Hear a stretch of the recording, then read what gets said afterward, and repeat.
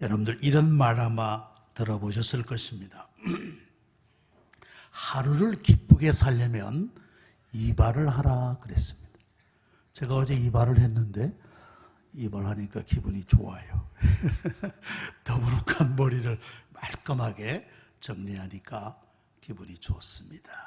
한 주간을 기쁘게 살려면 새 차를 사라. 한 달을 기쁘게 살려면 결혼을 하고 1년을 기쁘게 살려면 새 집을 지어라. 여러분들 새 차 사면 차 냄새도 좋습니다. 새 차 냄새가 참 좋아요. 얼마나 기분 좋아요. 바른 대로 그냥 쫙 나가면 참 기분 좋지요. 한 달을 기쁘게 살려면 결혼을 하라. 그래서 뭐라 그럽니까? 결혼을 처음 신혼기를 밀월이라, 밀월. 영어로 허니문, 꿀과 같은 시간이라, 허니문이라 그렇게 부릅니다. 1년을 살려면 새 집을 지어라. 푸르지아에서 오신 분들 새 집에 들어갈 때 아마 기분이 상당히 아마 좋으셨으리라 그렇게 생각되어집니다. 예, 그렇죠? 그러나 그런 기쁨들은 어떻습니까? 시간이 가면 갈수록 증가하는 것이 아니라 도리어 줄어드는, 감격과 감사가 줄어드는 그런 경험들을 많이 하셨을 것입니다. 그러나 오늘 성경에 보면 성도에게는 일시적인 기쁨이 아니라 영구적이며 고상한 기쁨이 있다는 것을 우리에게 말씀해주고 있습니다. 오늘 읽은 성경을 하박국서라 그럽니다. 하박국, 이 하박국이라는 선지자가 하나님으로부터 계시를 받은 말씀입니다. 여러분, 하박국이라고 하는 이름의 뜻은 뭐냐 하면 포옹한다는 거예요. 포옹한, 허깅이라고 그러죠. 포옹한다는 뜻인데 우리가 읽지 않았습니다. 3장 1절에 보니까 시기 오롯에 맞춘 선지자의 하박국의 기도라. 그리고 맨 마지막 절에 보면 이 노래는 지휘하는 사람을 위해 내 수금에 맞춘 것이, 내 수금에 맞춘 것이니라. 그리고 보면 하박국은 레위인으로서 찬양대원이었을 것이라 그렇게 추측이 되어집니다. 오늘 할렐루야 찬양대가 아름다운 찬양을 하셨는데 아마 이 하박국도 레위인으로서 찬양대원이었을 것이다. 정경 66경 외에 외경이라고 있습니다. 외경 가운데 벨과 용이라는 벨 앤드 드래곤이라는 외경이 있어요. 그 외경에 보면 재밌는 이야기가 나오는데 하박국이 들에서 일하다가 천사에게 들려가지고 바벨론에 갑니다. 바벨론에 가서 사자굴에 들어가서 다니엘에게 죽을 갖다 주었다. 먹을 것을 갖다 주었다 하는 그런 그 이야기가 외경에 나옵니다. 그러나 그것은 뭐 그렇게 신뢰할 만한 이야기는 아닌 것 같습니다. 이 하박국서를 가만히 보면 이 하박국은 의심이 많은 선지자였다는 것입니다. 의심이 많다. 그래서 구약의 도마라 그래. 구약의 도마라. 여러분들 예수님 부활하시고 나서 예수님의 제자 가운데 도마가 어떻습니까? 나는 예수님 부활 상처의 자국을 내가 보거나 만지지 않으면 나 믿지 않겠다 하는 사람이 바로 도마였어요. 구약의 도마. 그런 도마처럼 의심이 많았습니다. 그 의심이 1장에 보면 뭘로 나오느냐? 왜 의인이 고난을 받으며 악이 도리어 흥하느냐? 이것이 큰 의문이었어요. 하나님이요, 어떻게 하나님께서 의인이 고난 가운데 있고 악은 도리어 더 악한 사람들이 더 잘 됩니까? 그에 대한 하나님의 답은 뭐였냐 하면은 범죄한 이스라엘을 징계하시는 하나님의 섭니다 하는 사실이 하나님의 섭니다. 두 번째, 의인이 범죄할 때 왜 보다 더 악한 자를 통하여 벌하십니까? 하나님, 나도 이해가 안 돼요. 어떻게 의인이 범죄해서 설령 죄를 지었다 해도 그것을 심판하는 사람이 왜 악한 자가 우리가 그들을 통하여 벌을 받아야 됩니까? 나는 이해가 안 됩니다. 하박국 선지자가 하나님 앞에 불평했어요. 원망했어요. 그 답이 뭐냐? 그런 역설적인 현상에서라 할지라도 의인은 믿음으로 산다는 것입니다. 우리가 다 이해할 수 없는 그런 역설적 상황과 형편 가운데 있다 할지라도 의인은 믿음으로 산다. 이 하박국은 이런 의문들이 많았어요. 이런 의문들. 그래서 구약의 도마라 그렇게까지 불리웠던 것입니다. 특별히 하박국서에는 우리 기독교의 구원의 큰 줄기를 보여주는 책이라 이렇게 볼 수 있습니다. 의인들이 악인들에 의하여 고통받는 것을 의문시할 때 하나님이 주신 답이 무엇이었습니까? 하박국 2장 4절에 말씀했습니다. 보라, 맨 뒷부분에 보면 의인은 그의 믿음으로 말미암아 살리라. 이 말씀. 오직 의인은 그 믿음으로 말미암아 살리라. 여러분, 이 말씀은 신약에서 3번이나 인용됩니다. 3번. 로마서 1장 17절, 갈라디아서 3장 14절, 히브리서 10장 38절. 바울은 이 말씀을 통하여 기독교 구원론을 정립하였던 것이, 오직 의인은 믿음으로 말미암아 살리라. 이 말씀이 15세기 복음의 빛이 가리워지고 어두워진 그 시대에 한 사람의 마음을 뒤집어 놓습니다. 마틴 루터. 로마서 1장 17절. 오직 의인은 믿음으로 말미암아 살리라. 이 말씀이 원동력이 되어서 종교개혁의 횃불이 타오르게 되었던 것입니다. 본 하박국 3장은 하박국의 기도가 나오는데 이것은 또한 기도하면서 아울러 하나님을 찬미하는 내용이라고 볼 수가 있습니다. 1장에서는 그가 제기한 문제에 대한 답을 2장에서 얻습니다. 그리고 나서 그는 하나님의 답을 얻지만은 두려움에 차. 왜냐하면 지금 이스라엘이 당할 여러 가지 국면을 생각하면 굉장히 두려움이 있습니다.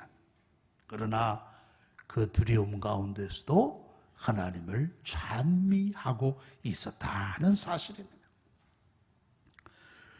이 하박국 3장에 보면 하나님이 세상을 심판하며 아울러 자기 백성을 구원하기 위하여 임재하시는 그 하나님을 찬미하고 있습니다. 3장 1절부터 15절에 나오는 말씀이라고. 거기에서 하나님은 어떻게 표현되느냐? 능력과 권위의 하나님. 능력과 권위의 하나님. 여러분 3장 6절에 보면 그가 서신즉 땅이 진동하며 그가 보신즉 여러 나라가 전율하며 영원한 산이 무너지리라. 그렇게 표현했습니다. 누가 하나님의 능력에 맞설 수가 있겠는가? 결코 없을 것이다. 주께서 세상을 심판하시는 분으로 나타나고 있습니다. 주께서 노를 바라사 땅을 두루시며 여러 나라를 짓밟으시리라. 3장 12절에 땅을 두르셨으며 본을 내사 여러 나라를 짓밟으시리라. 하나님이 임재가 나타나면 이러한 능력과 권능으로 온 세상을 심판하실 하나님을 두려워하며 아울러 하나님을 찬양하고 있다라는 말씀입니다. 자, 그러나 그 환난을 인하여 두려움이 있었지만은 궁극적으로 여호와의 구원으로 인한 기쁨, 여호와의 구원으로 인한 기쁨을 하박국은 찬양하고 있는 거예요. 선지자 하박국은 여호와께서 그 백성 이스라엘을 원수의 손에서 구원하시기 위하여 오시리라는 소식을 듣습니다. 얼마나 희망찬 소식입니까? 우리를 구원하러 하나님이 오신다. 그러나 한편으로는 두려웠어요. 두려웠어. 왜냐? 그 두려움을 뭐라고 표현했습니까? 막 창자가 흔들리고 입술이 떨려 뭐라고 말할지 몰라 입술이 떨릴 정도로 떨린다고 그랬어요. 왜 그렇습니까? 하나님이 구원하러 오신다고 말씀하셨지만은 거기에는 엄청난 환란이 따라오기 때문이라는 말씀이에요. 하나님의 구원이 임하시지만은 거기에는 환란 날이 아울러 임할 것이다. 환란 후에 하나님이 우리의 구원으로 나타나실 것이라. 그걸 생각하면 이 하박국에 막 창자가 떨리고 입술이 떨리고 두려움으로 어쩔 줄 몰라 하고 있는 것을 봅니다. 여러분 왜 그렇습니까? 전쟁의 폐해가 얼마나 큽니까? 전쟁의 폐해가. 여러분 우리나라도 6.25 전쟁을 통하여 수많은 인명의 피해가 있었습니다. 민간인의 사망과 부상만 근 100만 명이에요. 100만 명이 죽거나 다치거나 실종되거나 엄청난 인명의 손실을 입지 않았습니까? 수많은 재산의 피해, 수많은 이산 가족이 생겨나게 되었습니다. 여러분 그 전쟁이 누구에게 일어났습니까? 누구에게? 자칭 백두혈통의 김일성의 야유에서 시작된 거예요. 그런데 지난주에 백두혈통 가운데 유일하게 처음으로 이 서울을 찾아온 사람이 있지 않았습니까? 그 할아버지의 손녀가 찾아왔습니다. 여러분들 백두혈통이 아니라 미안하지만 김씨 일가라고 부르는 게 좋을 것 같습니다. 백두혈통. 무슨 백두혈통. 그의 할아버지는 김일성은 탱크를 몰고 찾아왔어요. 탱크를 몰고 찾아왔어요. 근데 그 손녀는 그래도 마치 노아 방주의 비둘기 같이 평화의 감람잎을 물고 왔어요. 그렇죠? 평화의 감람잎을 물고 왔는데 제가 생각하기에는 그게 조환지, 생환지 그게 문제 같아요. 그게 조환지, 생환지 그게 문제란 말이에요. 그게 문제. 어쨌든 평화의 감람잎을 물고 왔으니까 참 그 씨가 잘 심겨지면 좋겠다는 바람은 있습니다.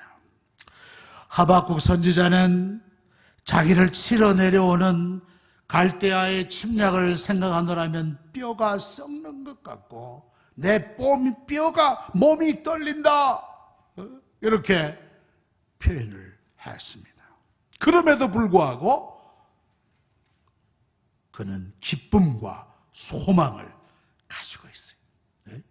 전쟁으로 인하여 모든 것이 다 소진되고 없어진다 할지라도 나는 기뻐하리라. 나는 기뻐하리라.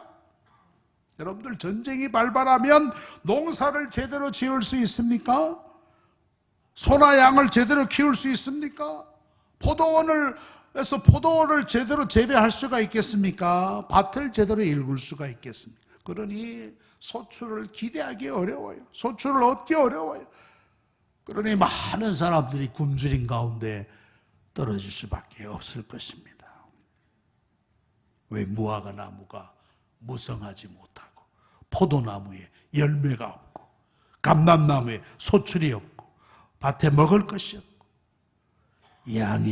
우리의 양이 없고 외양간에 소가 없다. 다 도망가버리고 아무것도 없다. 그럼에도 불구하고 나는 여호와로 구원의 하나님으로 말미암아 즐거워하리라 그랬어요. 기뻐하리라, 즐거워하리라. 이 얼마나 고상한 기쁨입니까? 고상한 기쁨. 이 성도가 누리는 진정한 기쁨이라. 우리는 기쁨이라고 하는 게 다 조건적이에요.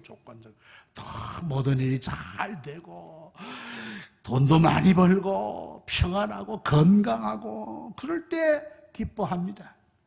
그 다 세속적인, 세상적인 그런 기쁨이라고 볼 수가 있을 거예요. 그런 기쁨은 뭡니까? 일시적인 기쁨이에요. 영구한 기쁨이, 영원한 기쁨이 되지 못해요.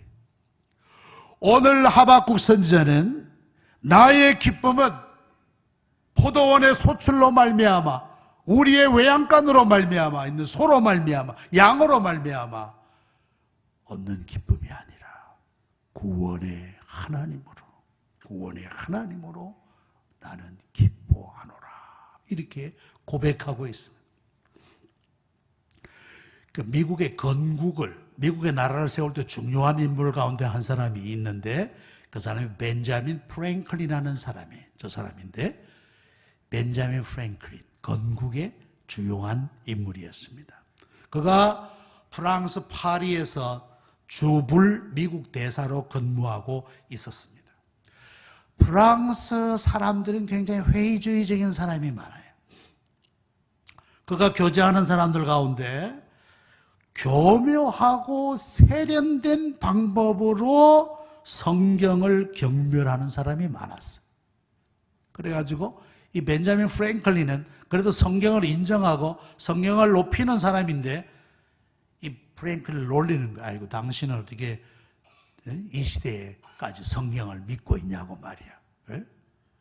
당신 그렇게 구닥다리냐고 놀렸습니다. 그래서 이 프랭클린이 어떻게 하면 저 사람들 하면 골탕을 먹일까 생각하다가 한번 그들의 모임에 이 말씀을 가지고 갔어요. 적어가지고 하박국 3장 17절부터 19절 말씀을 가지고 가서 여러분들 제가 고대의 유명한 시를 내가 한 수 낭독하겠습니다. 그 모인 사람들 가운데 이걸 낭독했어요. 비록 무화과 나무가 무성하지 못하며 포도나무에 열매가 없으며 감람나무에 소출이 없으며 쭉 나는 여호와로 말미암아 즐거워하리라. 주 여호와는 나의 힘이시라. 이 말씀을 낭독하니까 거기 모인 사람들이 우와, 이런 시가 다 있습니까? 이런 시가 어디 있습니까? 나도 그 사본을 하나 구해 주시오 하고 그 벤자민 프랭클린을 조롱하던 사람들이 그 시에 아주 감동을 받는 거예요. 그때 프랭클린이 바로 이 말씀은 성경에 있어. 성경에 이 말씀이 있어 하면서 구약 하박국 3장 17절부터 19절 이 말씀을 저들에게 보여줬어. 성경을 비웃고 조롱하던 회의로운 자들의 코가 납작해졌어요. 납작해졌어. 우리의 기쁨은 매우 조건적입니다. 그리고 물질적입니다. 우리가 수확하고 벌어들이고 손으로 획득하는 것이 많을 때 기뻐합니다. 무화과에서 많은 무화과를 따고 포도가 줄줄이 열려서 맛있는 포도주를 생산해내고 밭에는 채소들이 잘 자라고 그럴 때 기뻐하는 거예요. 이 자연인의 기쁨이에요. 자연인의 기쁨. 보통 사람들이 누리는 기쁨이라는 거예요. 그러나 성도는 비록 무화과 나무가 무성치 못해도 외양간에 소가 없어도 양이 없어도 나는 여호와로 말미암아 즐거워하리라. 나의 구원의 하나님으로 말미암아 기뻐하는 거예요. 기뻐하는 거예요. 내가 개인적으로 믿고 신뢰하는 하나님이 나의 구원의 하나님으로 그분이 지금도 살아계시고 나와 함께 하시고 나와 동행하시니 그것이야말로 나의 큰 기쁨이라. 이 성도가 누리는 고상한 기쁨이라고 볼 수 있어요. 나는 실패하고 넘어지고 자빠진다 할지라도 우리 하나님은 실패가 없으신 분이니 그분이 나를 구원하시니 내가 기뻐하지 않을 수가 있을까? 하박국 선지자가 그렇게 하나님으로 말미암은 기쁨을 노래하고 있는 거예요. 로마서 8장 28절에 뭐라고 그랬습니까? 우리가 알거니와 하나님을 사랑하는 자 곧 그 뜻대로 부르심을 입은 자들에게선 모든 것이 합력하여 선을 이루느니라. 이분이 바로 우리 구원의 하나님이시란 말씀이에요. 우리는 이분을 믿고 신뢰하는 것이에요. 그러므로 말미암아 우리에게는 하나님으로 말미암아 기뻐하고 즐거워할 수 있다라는 말씀이에요. 캐나다의 알버타 동쪽에 위치한 작은 농촌 교회가 있었습니다. 그 농촌 교회를 어떤 사람이 한번 방문했는데 그곳은 8년째 가뭄이 들어 농산물이고 뭐가 아무것도 없어요. 심지어 먹을 것조차 걱정해야 할 그런 상황이었습니다. 그런데도 불구하고 그 지역에 있는 사람들이 예배당에 모여서 주일마다 예배하고 감사하고 찬양하는 거예요. 마침 앤더슨이라는 사람이 그 예배당을 방문했는데 한 농부가 말이죠, 바로 이 말씀 하박국서를 인용하면서 간증을 하는 거예요. 큰 감명을 받았습니다. 뭐라고 농부가 간증하느냐? 저는 이 극심한 가뭄에서도 좌절하지 않고 살 수 있는 것은 하박국 선지자처럼 내 안에 나를 구원하신 주님이 계시기 때문입니다. 나를 구원하신 주님이 계시기 때문에 비록 무화과 나무가 무성하지 못하고 포도의 열매가 없었고 감람나무에 소출이 없어 우리의 양이 없고 외양간에 소가 없을지라도 나는 여호와로 기뻐합니다. 이 가뭄이 나를 결코 쓰러뜨릴 수 없을 것입니다. 이런 아름다운 간증을 남겼어요. 우리가 어떻게 이런 기쁨을 누릴 수가 있겠습니까? 어떻게? 억지로 되는 것이 아닌 줄로 압니다. 오직 하나님의 은혜가 충만할 때 가능하다는 거예요. 하나님의 은혜가 충만할 때, 하나님의 은혜 가운데 머물 때 우리가 이 기쁨을 누릴 수가 있는 것입니다. 그 은혜가 뭐냐? 하나님을 나의 힘으로 의지하는 것이다. 하나님이 너의 절대적인 신뢰가 되는 것입니다. 그럴 때 우리는 이런 기쁨을 누릴 수가 있는 거예요. 오늘 하박국 선지자가 19절에 말씀합니다. 주 여호와는 나의 힘이시라. 나의 발을 사슴과 같게 하사 나를 나의 높은 곳으로 다니게 하시리로다. 여러분들, 사슴이라고 하는 동물은 그 발에 힘이 있다고 합니다. 여러분들, 사슴의 특징이 뭡니까? 다리가 길어요. 다리가 길고 힘이 있어서 그저 펄쩍펄쩍 뛰면서 막 위험을 닥치면 펄쩍펄쩍 뛰면서 막 산 정상으로까지 올라가요. 그래서 다른 짐승들이 이 사슴을 제대로 공격할 수가 없어요. 주 여호와는 나의 힘이시라. 하나님을 나의 힘으로 믿고 의지하는 사람들은 하나님이 그 발에 힘을 주십니다. 힘을 주셔요. 그래서 높은 곳에 다니게 하시리라. 높은 곳에.